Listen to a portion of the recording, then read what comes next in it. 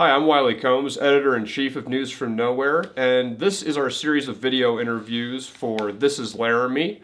Tonight we're interviewing Bob Moore, who is the proprietor of Right Angle Rehab, amongst other things. How are you doing tonight, Bob? Good, Wiley. Good to be here. Thanks for inviting me. Well, thanks for agreeing to be in our series of video interviews. Absolutely. And we're going to talk about Right Angle Rehab, but we're going to talk about a couple other things. But let's start off with your business. What exactly is Right Angle Rehab? It was started in 1997 as a house and kind of business, commercial remodeling company. Mm-hmm. And I'm still doing that, but on a more restricted basis, and it's morphed into a custom table business at this point that I'm doing more so than remodel. Okay. And we're going to also talk about what you do in your side time. So the Forbidden Pig thing, what is that about? Forbidden Pig is a barbecue. It's a barbecue business. And when I say barbecue, a lot of people confuse grilling hot dogs and hamburgers with barbecue. Mm-hmm. I mean, barbecue is kind of a convenient term that people throw out when they're talking about grilling something. Right. This is hardwood smoked pulled pork, brisket, sausage, chicken. It's a different beast altogether than slapping hot dogs and hamburgers on a grill. So that, in a nutshell, is the Forbidden Pig barbecue business. It involves a small catering aspect. There is no retail business at all with that at this point. But I do small parties and small caterings. Yeah. And how long have you been doing that? In Laramie, I've been doing that since 2008, so roughly 8 years. Okay. Yeah. And how does that dovetail with your other business, with Right Angle Rehab? There's some hardwood scraps that I use from the right angle business that help flavor the meat and get it cooked. I also have a good friend who's a cabinet maker here in town who supplies me with all of his cutoffs and extra pieces of maple, hickory, oak, that sort of thing that I use primarily for smoking the meat. Okay. And how that dovetails is that I don't particularly like to do just one thing, just have one aspect of income in my life. I like to do a variety of things. So it's nice to have the Forbidden Pig on the side and kind of do the remodel and the custom tables is a bread and butter day-to-day business. Okay.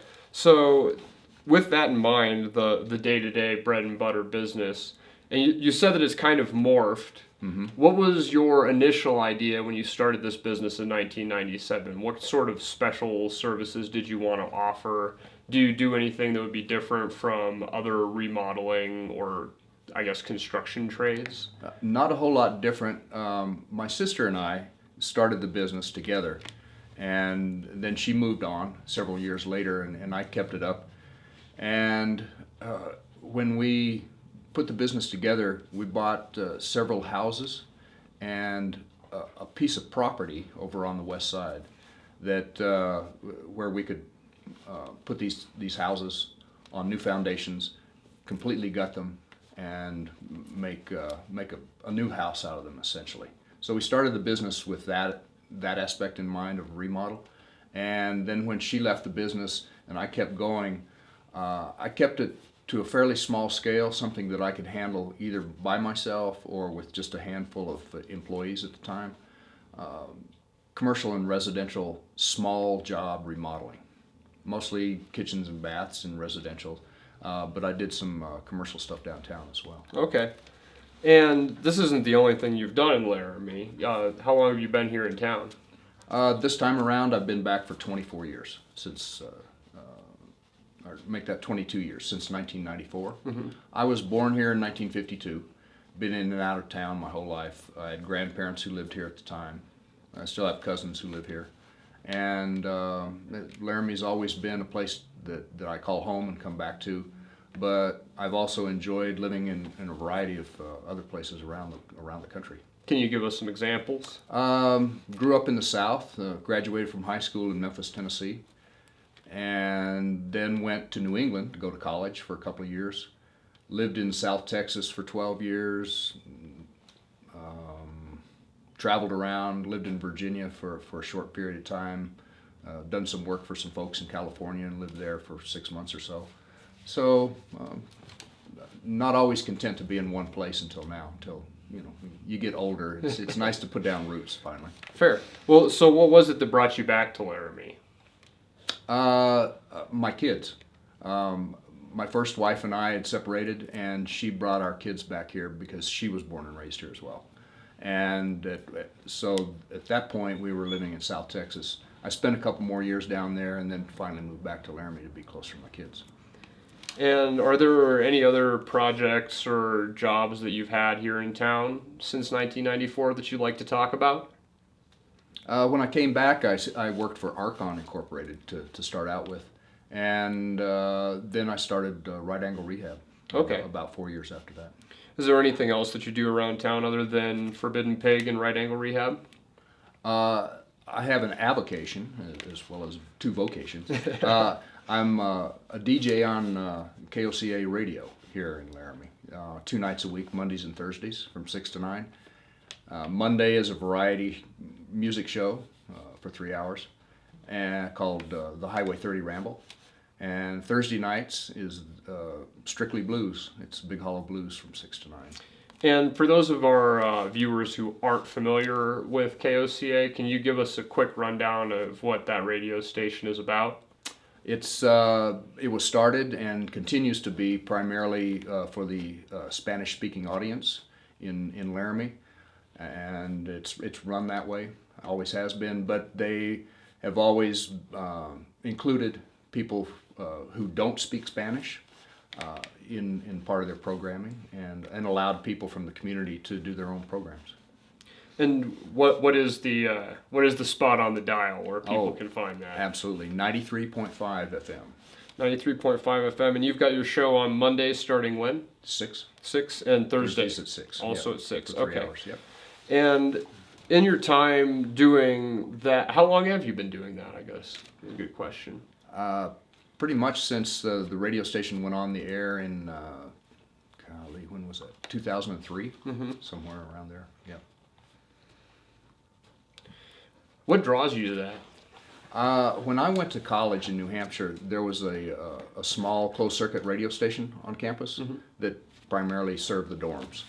And I thought, wow, that's really interesting, because I'd grown up listening to AM radio and the variety that during the 60s that was coming across the airwaves on AM radio.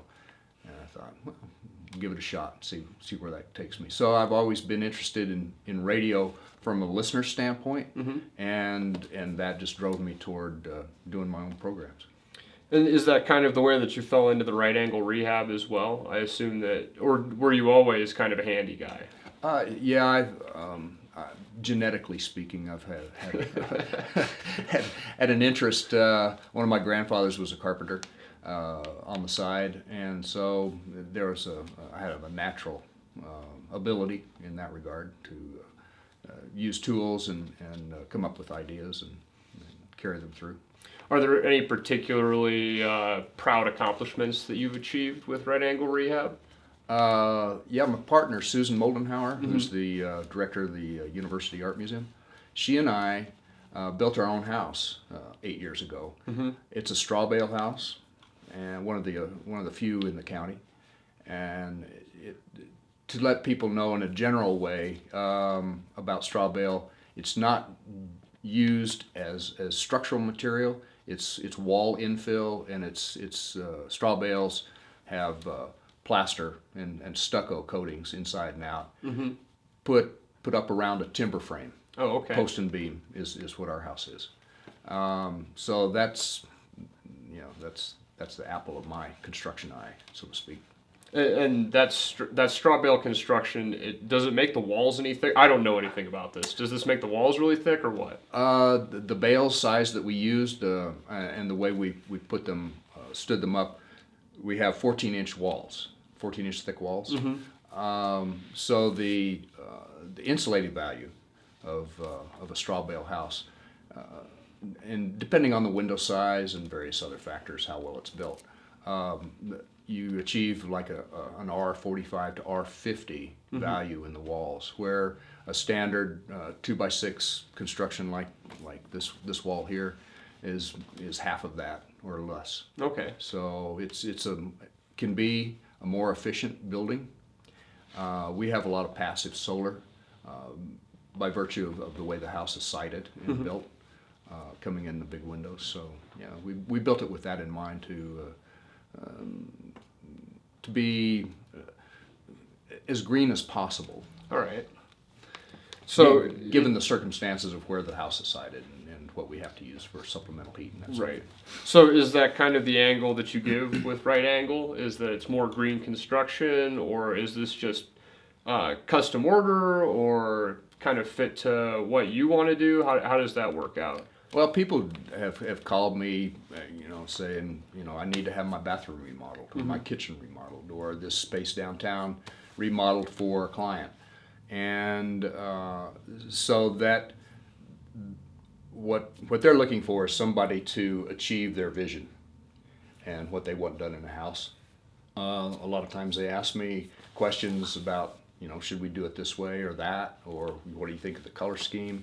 So I'm as helpful as possible in that regard, with suggestions and comments, but primarily, trying to achieve what they'd like to see set out.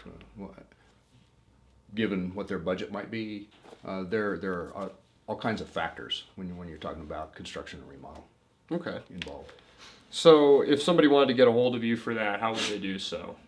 They could call me or they could email me. Okay. My phone number is 399-5054.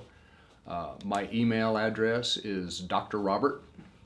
That's what I use on the air. drrobert21@gmail.com. And I assume if they want any custom pork jobs as well, they can reach me at that number. Okay. Absolutely. Yeah.